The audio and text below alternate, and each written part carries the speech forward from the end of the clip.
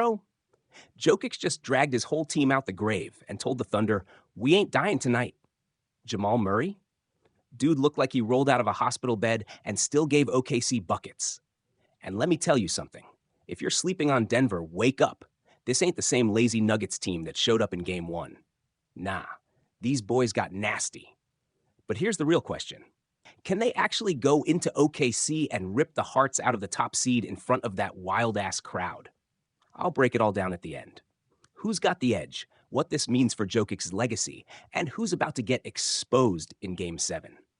But first, we got to talk about how Game 6 turned into a street fight. Denver came into this game with their backs slammed against the wall. They were down, flat, getting cooked. And what did they do? They came out swinging. Jokic didn't just dominate, he bulldozed.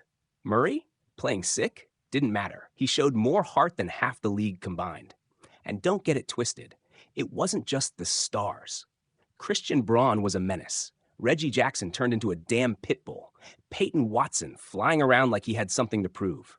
It wasn't just about scoring. It was second chance points, diving on the floor, fighting for every damn rebound. This team looked like it actually gave a damn for once. It was war. And Denver won the battle. Let's talk about what changed. You know what stood out to me more than anything? The physicality. Denver finally stopped being cute and started throwing elbows. They stopped playing like defending champs with a hangover and started acting like they had something to lose. And bro, Jokic? He was in full psycho mode. You could see it in his eyes. No smiles, no shrugs. Just cold-blooded murder. He was snatching boards, bulldozing through double teams, and setting hard screens like it was the damn 90s again. But let's talk about Jamal Murray for a second. You wake up feeling like trash. You got the weight of an elimination game on your shoulders, and what does he do? He sets the tone right out the gate. First quarter, he's attacking like he's at 110%. You could see it. He wanted this. That ain't just skill. That's heart. That's leadership. And that's what we've been begging to see from him all series long. Because let's be real, he's been straight up midded the last few games, turning the ball over, disappearing in the fourth. But tonight, different animal. And those others, don't even get me started. You know the cliche, role players step up at home. But this wasn't just stepping up, this was domination. Christian Braun? That dude was everywhere. Diving for loose balls, bodying dudes twice his size, putting clamps on OKC wings. Reggie Jackson? Playing like he forgot he's 33. Big buckets, big energy, and no fear. Denver turned that arena into a doghouse. Gritty, nasty, emotional basketball. So how did it happen? Simple. They stopped waiting on Jokic to save them and started throwing punches together. But that's not even the craziest part. You'd think OKC would be the ones flexing their youth, their speed, their energy, but they looked rattled.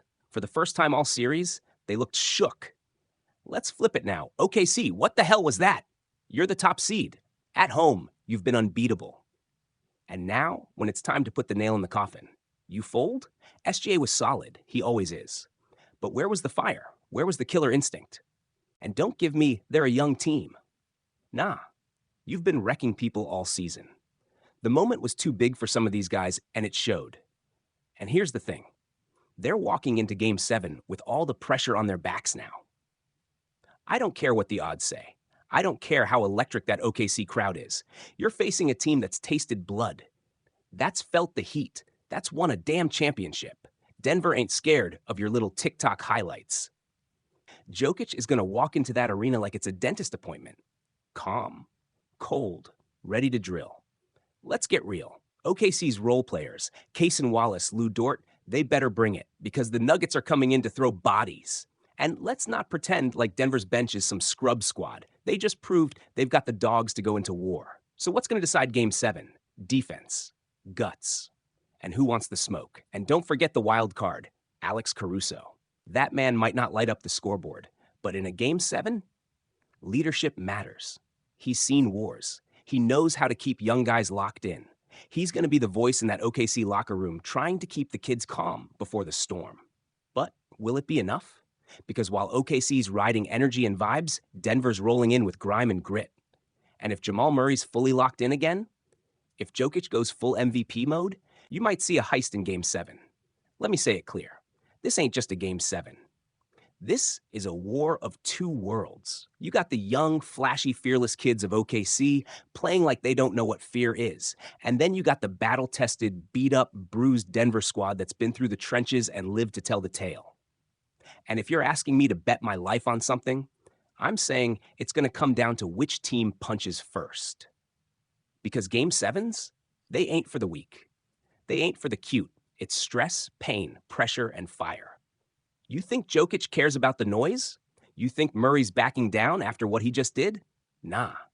These boys are built different. But will OKC rise? Will they feed off that crowd and show the hell up? Or are we about to witness the defending champs walk in and burn the house down? You tell me. Because this ain't just a loss waiting to happen.